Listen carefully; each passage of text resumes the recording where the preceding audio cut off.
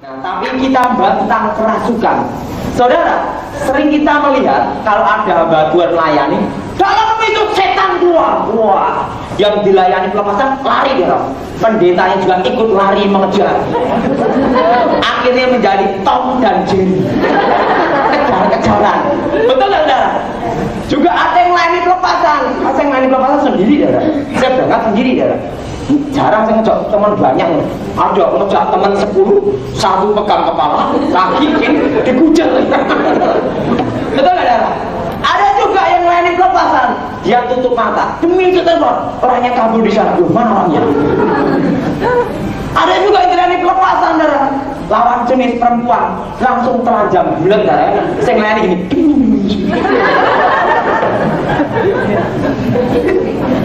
Nah, saudara, saya akan ajarkan saudara bagaimana cara melayani pelepasan.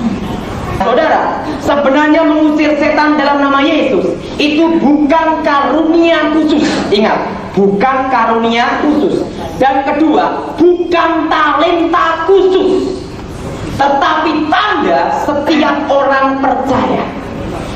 Tandanya orang mati, dia tidak bisa bernapas dan tidak bisa mandi sendiri. Cirinya orang hidup, dia bisa bernapas dan mandi sendiri. Nah, saudara, demikian tanda setiap orang percaya itu diberi kuasa untuk mengusir setan di dalam nama Tuhan. Nah, saya akan ajarkan bagaimana cara melayani pelepasan. Apakah kerasukan itu? Jadi tanyakan kayak tadi, namanya kerasukan, perewangan namanya. Nah, kerasukan di mana tubuh jiwa seseorang dikuasai setan, roh manusia dibuat kalian tertidur. Jadi disebut kayak di alam mimpi. Sehingga orang kerasukan sering cerita apa? Aku tadi dibawa ini, betul tidak? Nah, apa? Roh manusianya dibuat tertidur di alam mimpi, tubuh jiwanya dikuasai setan. Orang yang kerasukan penuh, orang tersebut tidak sadar. Kerasukan itu ada 3, kerasukan penuh, kerasukan setengah, dan yang ketiga dihinggapi setan. Nah, cirinya orang kerasukan penuh, matanya itu, kalau matanya mentolo gini ya, itu kelihatan urat-urat merah-merah gini. Kalau udah matanya balik, kelihatan putihnya saja. Nah, dan orang yang kerasukan penuh, suaranya berubah. Kalau orangnya perempuan, kalau yang menguasai setannya itu ngomong bisa kayak suara laki-laki, sama gitu loh. Betul kan? Jadi orang kerasukan penuh, cirinya ada, suaranya berubah. Dan bulu kuduk sini, ini loh, kulit-kulit ini darah, ini akan kelihatan mengkorok, tahu mengkorok ya? Berdiri bulu kuduknya, tapi bukan berdiri bulu kuduknya lihat pacarnya, bukan. Tadi ini deh, kelihatan, matanya berubah, suaranya berubah, ininya mengkorok, saudara. Dan orang yang kerasukan penuh ini, kalau setan menguasainya, satu manusia yang kerasukan ini bisa memiliki kekuatan 10 kali kekuatan manusia biasa. Nah, bagaimana cara untuk melayani pelepasannya? Nah, waktu pertama kali saya bertobat, saya melayani Tuhan, waktu itu saya belum diajarkan tentang pelepasan. Saya diajar Tuhan Yesus sendiri selama 2 tahun. Saya diajar omong-omong sama Tuhan Yesus 2 tahun. Saya katakan, saudara ya, saya ini bersyukur sama Tuhan ya. Saya ini kena tabur tuai ya. Saya itu bertobat gara-gara ngantet si gendut Gilbert ya. Sekarang setelah saya bertobat, setiap kali khotbah kemana-mana disantet orang ya. Nah, saya tadi diberitahu Pak Sandy, dan saya beritahu ya, tadi waktu saya khotbah di sini ada yang nyantet juga. Tadi ada darah Pak ya. Darah apa itu ya? Begini kan, santet. Saya katakan sampai mulutmu double, tidak akan mempan. Karena apa? Yesus ada dalam hidup saya dan hidup saudara. Amin. Bukan karena kita, tapi karena Yesus. Saya khotbah di Pati, itu mau disantet orang. Saya nanti tanda dari sini deh. Saya disangkut. Waktu saya seminar di Pati, ada seorang pakai kacamata hitam gini. Saya lihat siang-siang pakai ini, malam-malam juga pakai ini, dari pagi sampai sore ya. Waktu saya khotbah, Tuhan bicara sama saya, Daud, ada apa Tuhan? Ada orang di bagian belakang sendiri yang menyantet kamu. Tapi katakan, aku menyertai kamu. Saya ngomong gini, kamu yang nyantet saya dari belakang sampai mulutmu dobe gini, tidak akan mempan. Kenapa? Kalau terjadi sesuatu, jangan salahkan saya. Tiba-tiba dia nyantet saya mati di tempat. Saya ngomong, jangan salahkan saya, karena bukan karena saya, karena Yesus. Saya bilang gitu. Apa yang terjadi? Yang pakai kacamata ribu langsung datang gini, Bapak, guru saya si Tanang Sakti, tidak sebutkan namanya, banyak orang Indonesia kenal dia. Jadi Pak Jadi tidak tahu lah ya. Itu Pak Tony nyantet Anda dari awal sampai akhir, tidak ada yang mempan. Kalau gitu tak ikut Bapak aja, jadi haleluya. Padahal di gereja itu semua tahu dah, dia muridnya orang itu dah. Langsung ngomong apa? Ngomong sama guru kamu, jangan nyantet saya. Loh kenapa? Suruh nyoba aja nyantet anak sekolah minggu. Orang yang percaya Yesus tidak bisa disantet. Anak sekolah minggu pun juga tidak bisa disantet. Amin. Apalagi kita orang dewasa yang tahu firman Tuhan, mendalami firman Tuhan lebih daripada anak sekolah minggu. Saya bilang gitu. Langsung gitu Pak, ya iya, tak ikut Bapak aja. Gitu lah, udah. Dari sini saya ada santet orang ya, saya tahu. Karena apa? Tuhan ngomong sama saya, ada yang gini, saya diam aja. Nah, tapi Pak jadi ada yang ngomong ya, saya baru ada yang ngirimin darah, saya tahu. Nah, saudara, tentang kerasukan saya belajar pertama kali begini. Suatu malam ada seorang yang kerasukan, orangnya hitam legem, gondrong, badannya besar seperti kawan saya Stanley. Gini, gondrong, dia gini, dia kerasukan, dia ngomong, haus darah manusia. Itulah, bukan darah ayam. Waktu itu dia kerasukan megang kursinya diangkat gini. Waktu itu saya gini, sebelum saya bertobat, saya punya ilmu kebal. Setelah bertobat, ilmuku hilang kabeh. Kalau aku lari, namanya hamba Tuhan. Kalau tidak lari, benjol. Itu pertama kali Pak belajar mainin pelepatan. Wah, langsung dia gini-gini. Wah, saya gini dong, keringatku tuh keluar sak brontol. Saya gini, terus terang hati saya ngomong apa? Lari tidak. Kalau lari namanya hamba Tuhan. Kalau tidak, duduk kursi. Itu baru pertama kali saya belajar mainin pelepasan. Kaki saya. Tiba-tiba saya mendengar suara Tuhan. Kan Yesus ngajar saya selama 2 tahun ya, bagaimana teknik pelepasan. Saya dikasih ayat Alkitab. Alkitab berkata apa? Ikatlah orang-orang kuat. Betul saudara? Langsung Tuhan ngomong saya, ikat dalam nama Yesus, terikat dengan kuasa Allah. Langsung kakinya bisa gini dah. Terusan apa lagi? Saya juga pedul. Saya pertama kali belajar dari pelepasan. Kalau dulu saya punya ilmu ngilang, sekarang ilmunya hilang kabeh kan? Nggak bisa ngilang dan. Dulu punya ilmu berjalan di atas air, ilmu tembus tembok. Sekarang nggak bisa nembus tembok, natap tembok bisa. Wah, mikir ya. Ini ilmu saya gini, ilmuku sudah hilang Tuhan. Tiba-tiba Tuhan bicara lagi. Kalau setan bisa melindungi kamu walaupun sementara, apalagi aku Tuhan Allah yang Maha Kuasa. Caranya piye ya bilang itu, caranya bagaimana?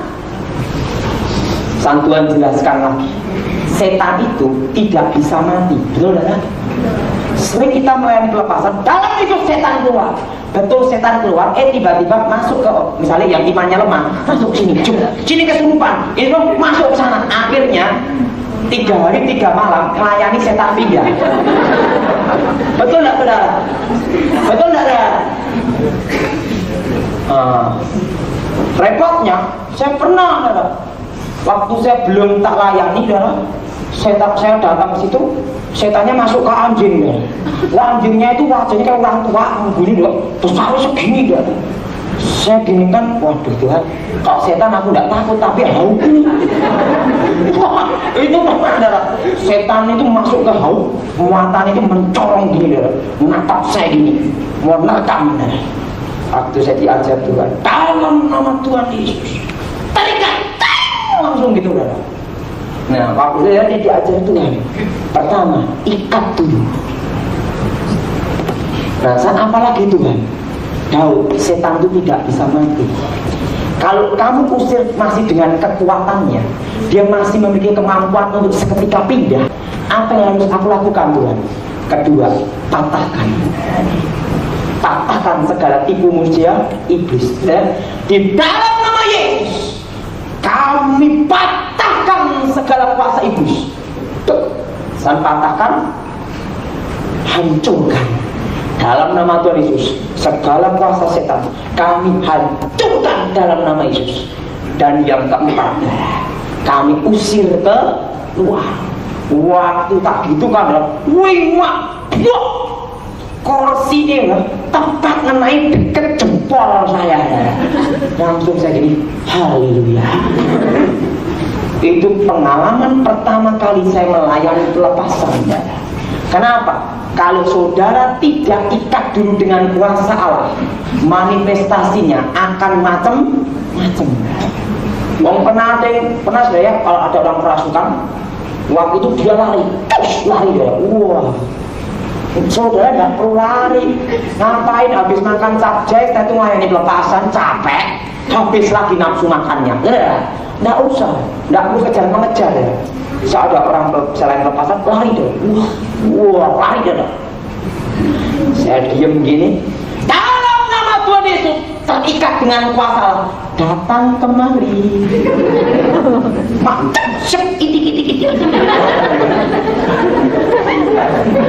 Datang dia. Ingat, kekristenan bukan kata-kata filsafat, tapi kata-kata kuasa. Apa dia? Kuasa. Dalam nama Tuhan Yesus, terikat. Saya datang kemari. Itik. Pegang kepalanya, kami ikat, kami patahkan, kami hancurkan kekuatan keluar. Karena apa? Setan tidak bisa mati. Kalau roh itu keluar, dia memerlukan waktu untuk memulihkan kekuatannya. Kalau saudara tidak ikat dulu, waduh saudara, melayani pelepasan, bisa satu orang kerasukan bisa dilayani 10 orang. Benar saudara? Kalau sudah tahu teknik ini, tidak perlu capek-capek, diikat, saudara, hancurkan, usir, keluar. Nah, saya pernah melayani, waktu itu ngejak Yusak kawan saya, saudaranya Pak Stanley, saudaranya Lukas, kawan saya ini, ya. Itu ada orang belajar tenaga dalam, orangnya tinggi besar, dia badannya, wah, halteran setiap hari dia. Waktu dia orang tersebut kerasukan, tiba-tiba Yusak ngomong, dalam itu terikat, tangannya pas gini kan. Terus dia ngomong, untung Mbak ajari aku teknik mengikat. Kalau nggak belajar teknik mengikat, mabuk, gigiku rontok. Nanti kalau ditanyai sama teman-teman, kenapa gigimu rontok Yusak? Karena melayani pelepasan. Jadi tak beritahu, kalau melayani pelepasan harus diikat. Saya ngajar sama Yusak, diikat dulu waktu dia segini ya. Kalau tidak gue ikat, manifestasinya akan macam-macam. Sering dah saya melayani pelepasan. Nah, saya pernah suatu hari waktu saya doa, saya muji nyembah Tuhan, ada seorang yang namanya Daniel. Dia punya ilmu aji grojo mukti. Nah, waktu itu saya baru doa gini, saya itu diginikan, kakinya dia gini, langsung rencana mau dipukul gini ya, gini ya. Jadi ulu hati saya mau dipulak gitu, karena saya menegur dia karena dia punya tenaga dalam. Padahal dia sekolah Alkitab ya sudah. Tak tegur waktu itu ya. Waktu itu saya mau dipukul gini ya, Waktu itu saya tiba-tiba saya gini, di dalam nama Yesus segala kuasa setan kami ikat. Tapi saya tidak tahu kalau ada orang memukul saya. Waktu dia mau memukul saya, gini. Kalau kain-kain itu anjing, ini kok ini apa ya gitu. Saya buka mata, kakinya pas gini, sama tangannya pas gini, langsung keluar darah dari hidung sama mulutnya, yang gitu. Langsung saya ngomong, kamu harus bertobat. Saya doakan dalam nama Tuhan Yesus, segala kuasa setan kami ikat, kami patahkan, kami hancurkan, kami usir keluar. Karena apa? Kalau saudara tidak saudara ikat terlebih dulu, manifestasinya akan macam-macam. Jangan sampai saudara melayani pelepasan, yang dilayani pelepasan benjol-benjol kabeh. Iya, kalau udah diikat dulu sama banting-banting ke tembok macam-macam lah. Habis dari pelepasan setannya kabur, sing dilayani Jadi orang yang kerasukan penuh, orang tersebut dalam kondisi tidak sadar. Nah, kalau itu langsung diikat paling hancur usir keluar. Jangan buat konseling. Wong setan di konseling. Karena orang tersebut tidak sadar, tidak perlu dikonseling. Kamu percaya Yesus ya? Setan ngomong, apa kamu? Karena orang kerasukan itu tidak sadar kalau yang penuh ini ya. Jadi langsung kamu ikat, patahkan, hancurkan, usir. Nah, kalau orang dunia itu takut sama setan, ngomong apa? Badannya pulau permisi setan gitu lah. Kalau kita orang percaya ngapain permisi, tangking dalam Yesus, amin. Nah, jadi saya dalam melayani pelepasan jangan sekali-sekali saudara tutup mata tapi buka mata, dan jangan terpengaruh manifestasi yang ada. Dan saudara dalam melayani pelepasan harus menguji setiap roh. Karena apa? Waktu kita melayani pelepasan, setan akan menjebak kita, yaitu dalam suatu dimensi, namanya dimensi alam maya, alam gaib. Misalnya ini kita melayani pelepasan. Untuk contoh, mari Pak Stanley, ini teman saya ini, ayo. Misalnya waktu kita melayani pelepasan, misalnya dilayani pelepasan ini siapa ya? Ini kawan saya ini. Misalnya gini, gitu. Ya gini loh, gini loh. Nah, setan itu akan menjebak di alamnya alam gaib. Ini nanti bisa lihat anjing, ini bisa lihat ular, ini bisa lihat kodok. Yang benar sing mana? Terima kasih, mari. Satu tim ada 5 orang, penglihatannya bisa beda-beda semua. Itu disebut dijebak di alam maya. Jadi kalau melayani pelepasan harus menguji setiap penglihatan, itu dari Tuhan atau bukan. Bahkan ini nanti lihat kodok, ini lihat kadak, lihat pocongan, ini lihat boneka, nanti lihat kuda lumping ya. Bingung, sing bener sing mana? Benar. Kenapa saya bisa ngomong demikian? Karena saya sering melayani pelepasan. Jadi sikap kita bagaimana waktu melayani pelepasan? Kita tanya sama Tuhan, Tuhan, kita tangking dulu. Kalau itu segala setan, keluar. Setiap penglihatan kita tangking dulu. Ini dari Tuhan atau bukan? Nah, kalau dari Tuhan itu kelihatan jelas sekali ya. Nah, bedanya karunia penglihatan dengan indera keenam itu ada bedanya. Nanti lain waktu tak jelaskan tentang indera keenam dan indera ketujuh ya. Kok ada indera keenam, ada indera ketujuh, tapi tahun depan.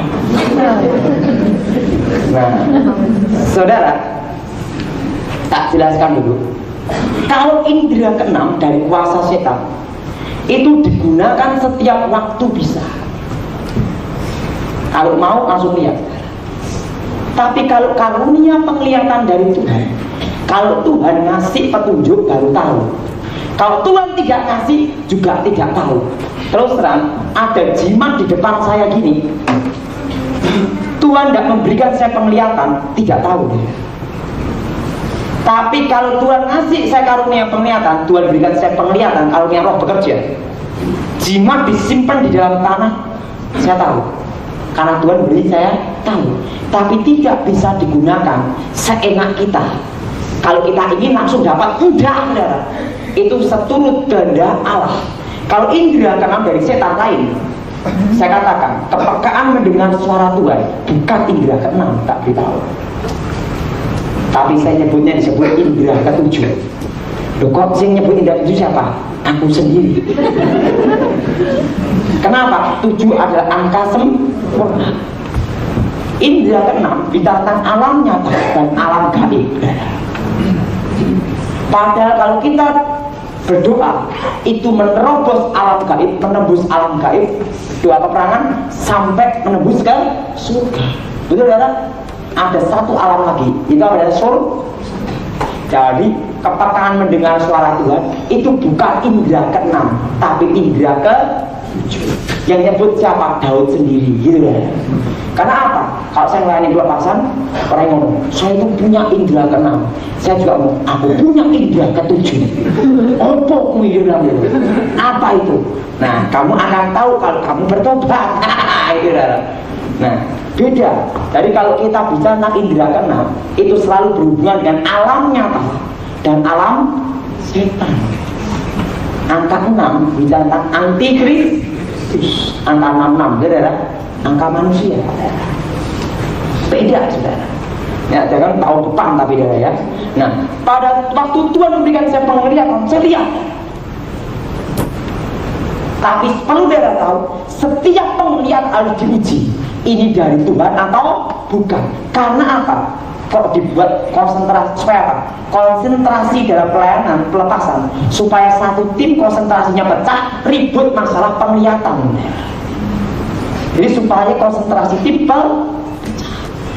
Karunia penglihatan itu penting sekali juga untuk mendeteksi apakah itu dari Tuhan atau bukan. Saya mau tanya, bukankah kasus ini sering terjadi? Betul saudara? Betul saudara? Nah, jadi saya uji dulu ini dari Tuhan atau bukan. Sudah tuntun dalam doa pelepasan gini, kalau nama Yesus segala roh jahat, segala kuasa setan, roh kutuk keluar dari Yesus. Tapi ingat, badannya suruh dalam supaya menghindari kontraksi saraf refleks namanya. Kalau dia dalam keadaan panik, tangannya bisa gini gitu, gini loh, dan kakinya juga gini, buk gitu. Nah, jadi suruh ngeloskan karena pikirannya masih sadar, perlu dituntun dalam doa pelepasan. Pak, bagaimana cirinya dia udah lepas atau belum? Alkitab berkata, dari buahnya lah kamu akan tahu. Nah, ngerti ini saudara? Nah, dan saya dinasihatin Tuhan. Pada waktu saya diajar Yesus 2 tahun, Tuhan ngomong sama saya, Daud, ada apa Tuhan? Saya tanya sama Tuhan, kamu tahu enggak apa yang membuat hatiku sedih? Ada apa Tuhan? Banyak orang berkajang dengan nubuatan dan penglihatan, tapi tidak pernah kembali ke Alkitab. Tapi ajarkan umatku untuk kembali ke Alkitab. Ingat, penglihatan kita ini tidak sempurna. Betul saudara? Nubuatan kita juga tidak sempurna. Ya, kelemahan orang Kristen. Wah, misalnya ada bantuan, yang ada karunia nubuatan, rukutu datang semua sosor kepala. Entah nubuatnya bener, entah enggak, pokoknya nubuat. Enggak taunya itu nubuat. Bukankah itu sering terjadi? Betul saudara? Kalau saudara minta saya doain, Pak tolong nubuatin saya, nubuat atau dewi gitu. Kita ini bukan dukun, saudara. Betul saudara? Jadi ingat, peganglah imanmu sampai akhir hidup. Nubuatan dan penglihatan adalah meneguhkan iman kita semakin dekat dengan Tuhan. Arahkan jemaat untuk semakin intim dengan Yesus Kristus.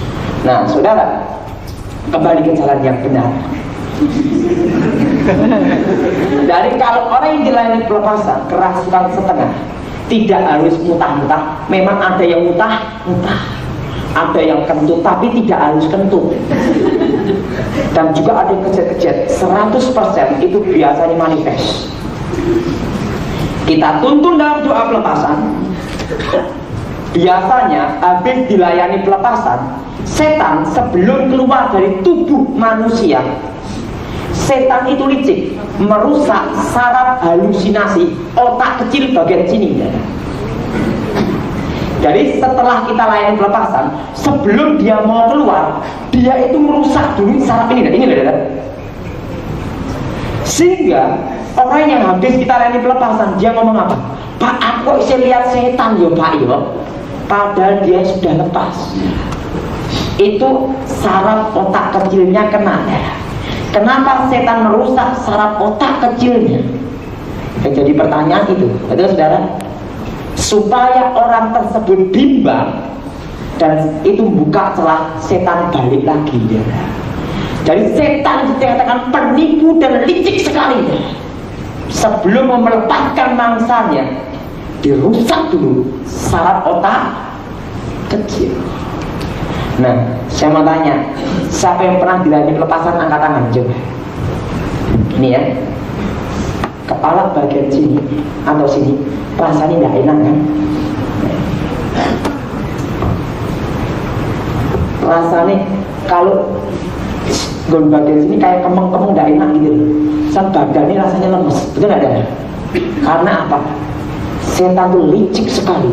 Sebelum keluar, dia merusak saraf otak kecil. Karena itu, kalau mau melayani pelepasan, diikat dulu dah, dipatahkan, hancurkan, usir ke. Nah, sehingga orang yang kita layani pelepasan, kadang sarafnya dirusak setan, bagian saraf sini atau sini. Habis dilayani pelepasan dia, bener dah. Habis dilayani pelepasan ini yang tidak.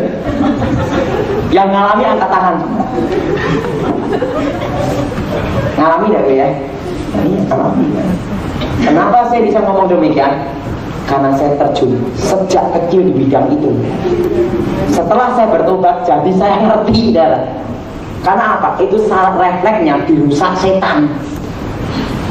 Nah, jadi kalau ada kasus seperti itu, kita harus memberitahu orang yang kita layani bahwa kamu sudah lepas. Yesus sudah melepaskan engkau dari kegelapan. Itu hanya halusinasi. Nah, itu biasanya sembuh sampai 3 atau 1 tahun secara medis. Tapi kalau bagi Tuhan tiada yang mustahil. Kita doain dalam Yesus sembuh. Amin ya. Nah, kalau dilayani pelepasan, kita harus juga kita mendoakan kesembuhan ini. Ngerti ini saudara? Jelas enggak? Nanti hanya jelas mau. Ngerti saudara? Ya. Jadi ada namanya saraf halusinasi otak bawah sadar. Nah, setan sebelum keluar itu merusak dulu. Ngerti ini saudara ya? Jadi kita kalau ada kasus seperti itu, kita harus memberitahu orang yang bersangkutan bahwa kamu sudah lepas. Yesus sudah melepaskan kamu dari kegelapan. Karena apa? Darah Yesus mengatakan apa? Waktu Yesus nanti kau salib sudah selesai. Amin ya. Nah, ini kebanyakan orang melayani pelepasan berulang-ulang padahal sudah lepas. Hal itu berulang-ulang nanti orang yang pegang kabeh betul saudara. Hari dilayani pelepasan 1 minggu lagi, 1 minggu lagi, setiap minggu pelepasan terus saudara. Nah, jadi kita harus jelas. Ngerti ini saudara? Nah, sekarang yang ketiga, kasus dihinggapi setan.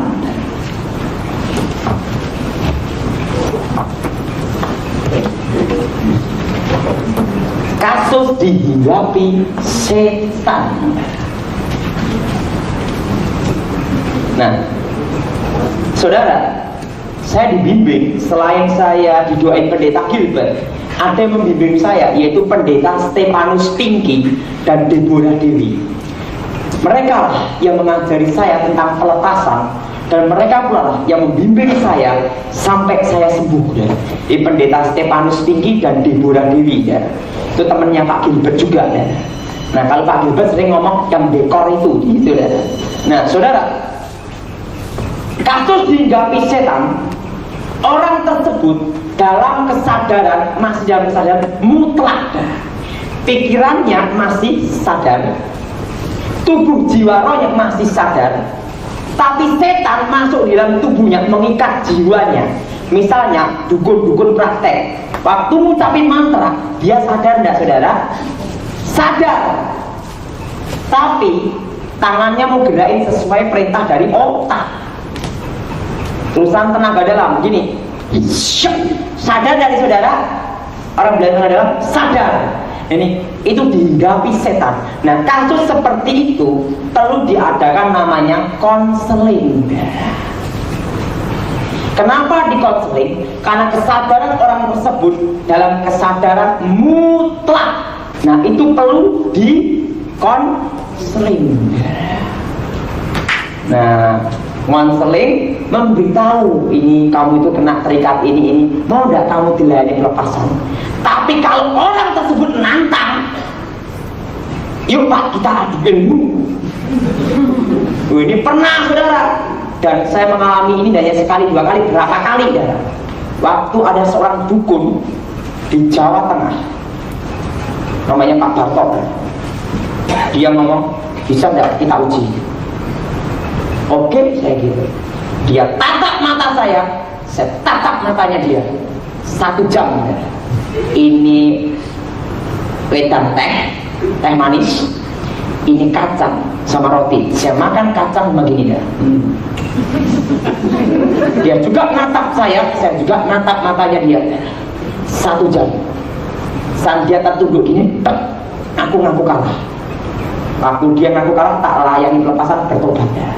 Nah, jenis ini 95% pasti ada manifestasi ya. Tapi 5% ada yang tanpa manifest. Di lain pelepasan tidak ada manifestasi.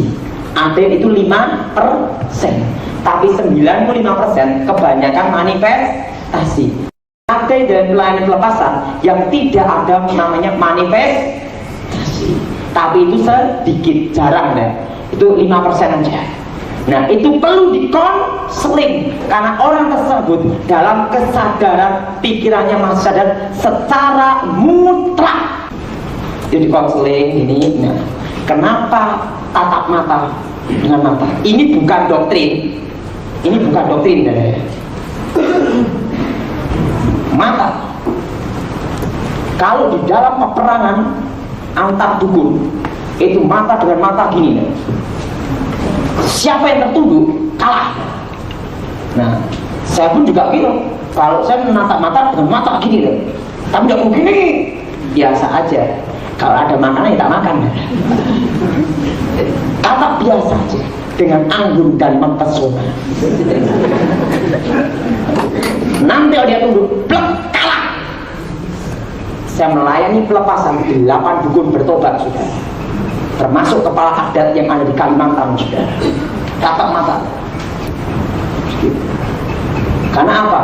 Roh yang ada di dalam diri kita lebih jelas ini saudara.